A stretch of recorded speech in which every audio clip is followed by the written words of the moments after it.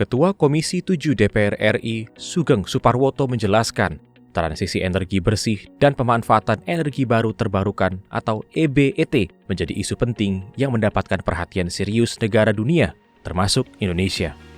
Potensi cadangan batubara yang cukup melimpah membuat negara sangat bergantung pada pemanfaatan sumber daya fosil ini untuk memenuhi kebutuhan energi nasional.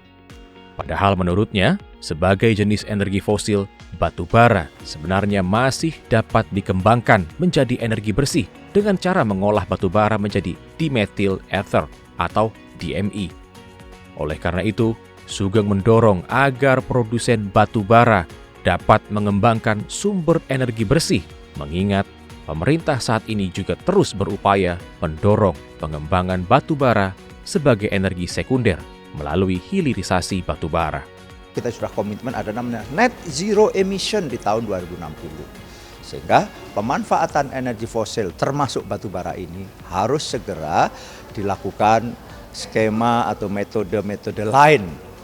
Tidak lagi nanti batubara menjadi energi primer langsung yang dibakar untuk menggerakkan turbin untuk menghasilkan listrik seperti hari ini. Terlebih kalau kita lihat dari sisi energi baru terbarukan sebagaimana menjadi keharusan ke depan. Kita sekarang di tingkat kelistrikan baru mencapai kurang lebih 11,8 sampai 12% saja yang itu adalah energi baru, energi terbarukan. Yang 88% artinya itu masih fosil yang terdiri dari batu bara, minyak dan gas. Sejatinya, DPR RI terus melakukan upaya untuk mewujudkan penerapan energi baru terbarukan di Indonesia. Salah satunya dengan menjajaki kerjasama dengan Parlemen Jerman yang telah lebih dahulu memanfaatkan EBET di negaranya.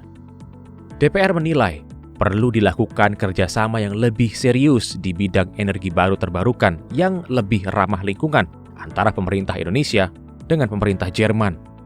Duta Besar Jerman untuk Indonesia, Ina Lepel, berharap akan ada peningkatan kerjasama antara Indonesia dengan Jerman dalam mewujudkan implementasi energi yang ramah lingkungan yang dapat menguntungkan kedua negara.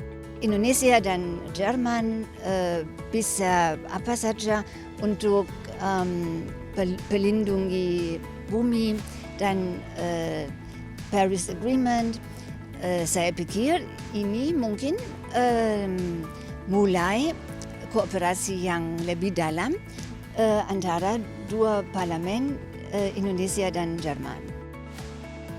Bahkan dalam gelaran Forum Parlemen Dunia atau IPU di Rwanda, Badan Kerjasama Antar Parlemen DPR RI melakukan bilateral meeting dengan delegasi Kanada.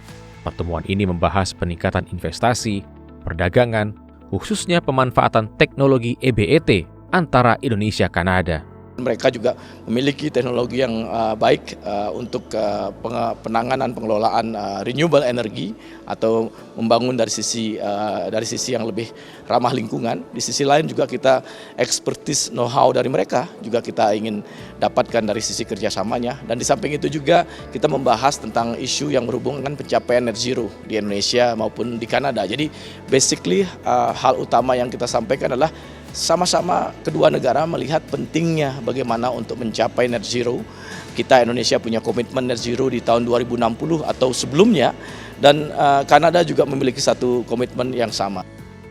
Untuk mempercepat implementasi energi baru terbarukan di Indonesia, Komisi 7 DPR RI mendorong pemerintah untuk segera mengirimkan daftar inventarisasi masalah atau DIM Rancangan Undang-Undang Energi Baru dan Terbarukan.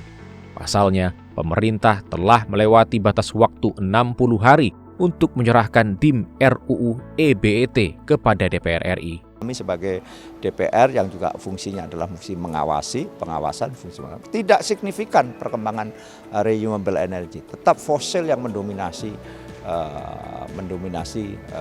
sistem energi kita. Ini yang menjadi keprihatinan kita semua. Kalau kita katakan prihatin sekali, saya sebagai Ketua Komisi 7 katakan kecewa. Saya harus katakan kecewa.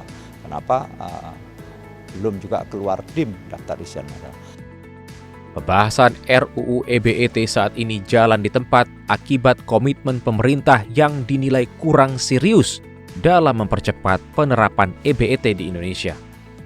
Untuk itu, Komisi 7 berharap pemerintah benar-benar serius untuk mewujudkan EBET dan segera menyiapkan ekosistem yang kondusif untuk masuknya energi baru dan terbarukan di Indonesia.